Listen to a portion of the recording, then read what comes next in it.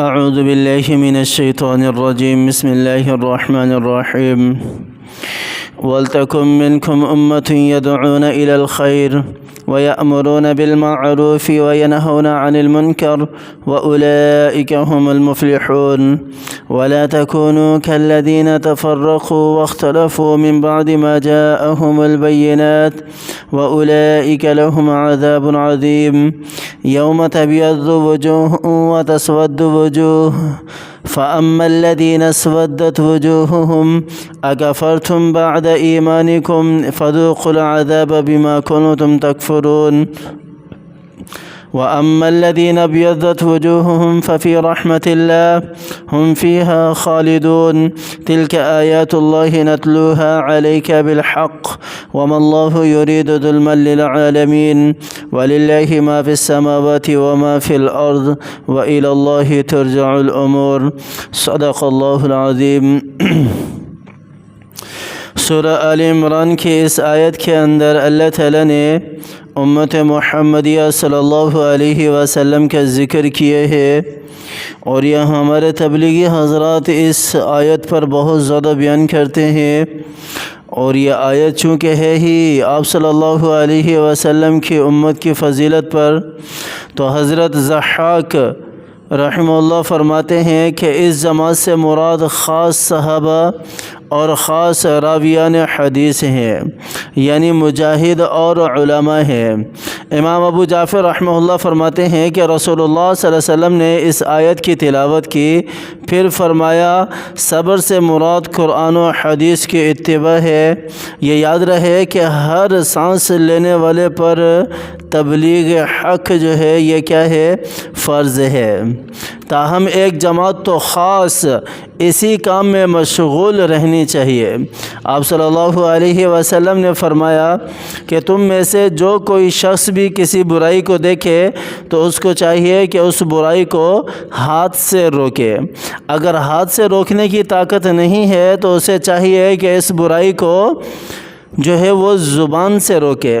اگر زبان سے بھی روکنے کی طاقت نہیں ہے تو اس کو چاہیے کہ اس برائی کو جو ہے وہ دل کے اندر برا جانے، اور یہ بالکل ایمان کا آخری درجہ ہے، ضعیف ایمان ہے۔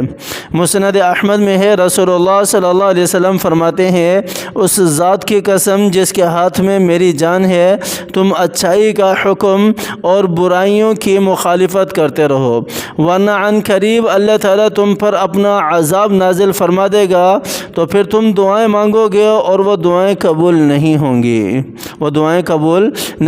گی، اس قسم کی اور بھی بہت ساری احادیث ہیں اس آیت کے اوپر۔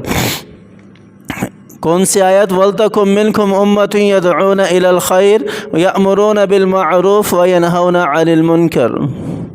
اب یہاں پر فضیلت تو بتائی ہے اللہ تعالیٰ نے امت محمدیہ کی امتن، اور اللہ تعالیٰ نے ایک کام بھی ذمہ لگا دیا اور بتا دیا کہ یہ فرض ہے۔ وَلْتَكُن امر کا صیغہ ہے اور فرض ہے۔ آگے ایک اور بھی آیت آ رہی ہے جس میں اللہ تعالیٰ نے وہاں بھی امر کا صیغہ استعمال کیا ہے۔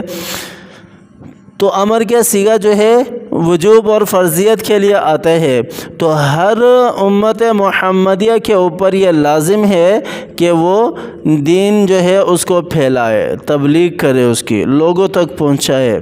اہل ایمان جو نہیں جانتے دین کو، ان کے اوپر تبلیغ نہیں، ان کی اصلاح ہے۔ لیکن آج کل یہ بھی کوئی کم نہیں ہے، بہت سارے ہمارے مسلمان ایسے ہیں جنہیں کچھ آتا ہی نہیں ہے، کچھ آتا جاتا ہی نہیں ہے، حالانکہ ان کے بچوں کو آپ صلی اللہ علیہ وسلم کے نام تک کا پتہ نہیں۔ بچے کوئی چھوٹے بچے نہیں، 10 سال کی عمر، 12 سال کی عمر کے ایج کا بچہ کوئی چھوٹا بچہ نہیں ہوتا، بڑا بچہ ہوتا ہے۔ ان کو آپ صلی اللہ علیہ وسلم کا نام کا پتہ ہی نہیں ہے، ان کو نبی تک کا پتہ نہیں۔ ان سے پوچھو ہمارے نبی کون ہے تو وہ حضرت علی رضی اللہ تعالی عنہ کا نام لے دیتے ہیں۔ ایسا ایک ذہن بنایا جا رہا ہے گاؤں کے اندر، دیہات کے اندر ہمارے جو مسلمان بھائی ہیں ان لوگوں کا، تو یہ غلط ہے۔ یہ کیا ہے؟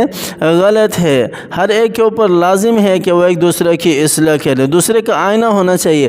دیکھیں اصلاح ایک الگ چیز ہے اور زحمت اور سامنے والے کو ذلیل کرنا یہ ایک الگ چیز ہے۔ اصلاح کے نام پر کسی کو رسوا نہ کریں، کسی کی ذلت نہ کریں، کسی کی ذلت نہ کریں، بلکہ جو ہے اپنا کیا نام ہے، اصلاح برائے اصلاح ہی ہونی چاہیے جس کی بھی ہم کریں۔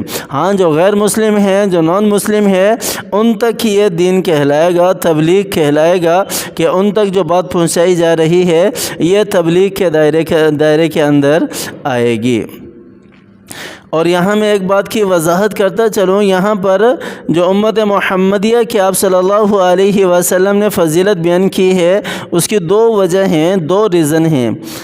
علامہ ابن کثیر نے اس کی تفسیر کافی لمبی بیان کی ہے، لیکن میں یہاں اس کو اور بھی مختصر کر کے اور اپنے الفاظ میں، اپنے ورڈنگ میں آپ کے سامنے رکھتا ہوں۔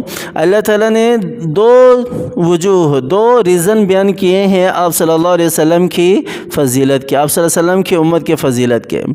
پہلا ریزن کیا ہے؟ یأمرون بالمعروف۔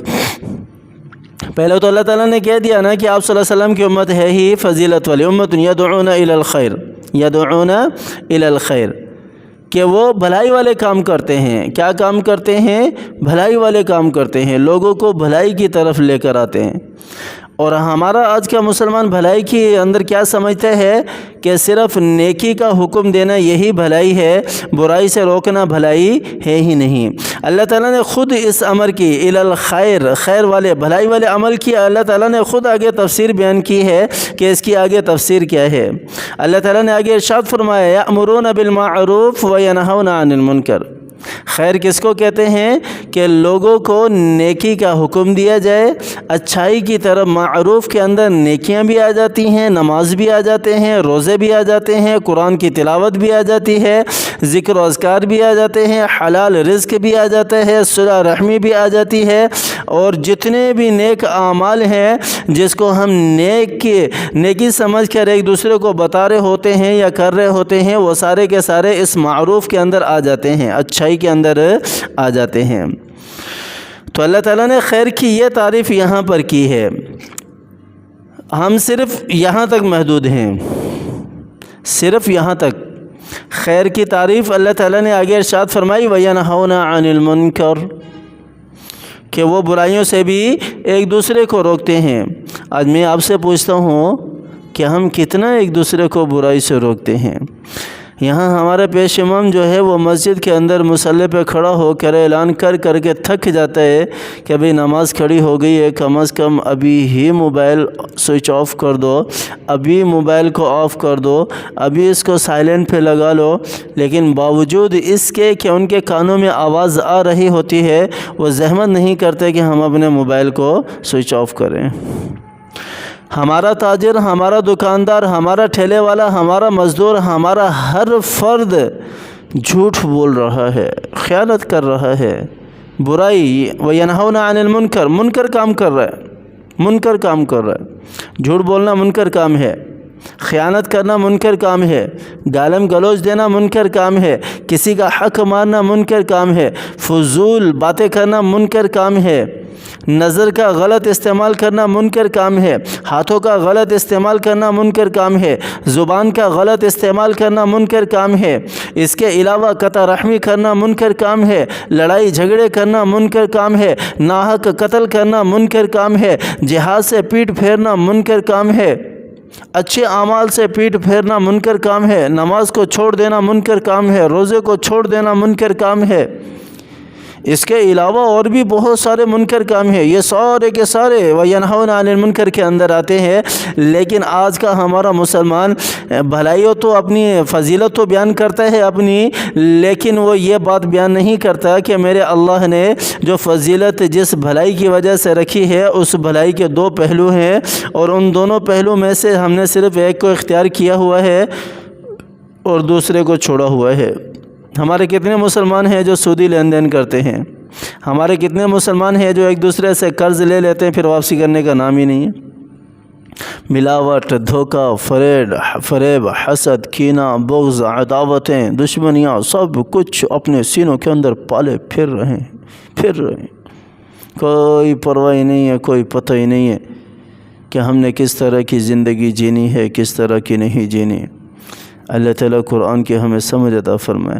ہم نے اگر فضیلت کو پانا ہے نا، اس فضیلت کو، تو ہمیں خیر کا جو دونوں پہلو ہیں، دونوں پہلوؤں کو سامنے رکھ کر زندگی گزارنی ہوگی، نیکیوں کی دعوت بھی دینی ہوگی۔ اچھا، یہاں ایک اور بات ہے، دیکھو یہاں اللہ تعالیٰ کہہ رہے ہیں کہ جو نیکیوں کی طرف بلاتے ہیں اور برائیوں سے روکتے ہیں۔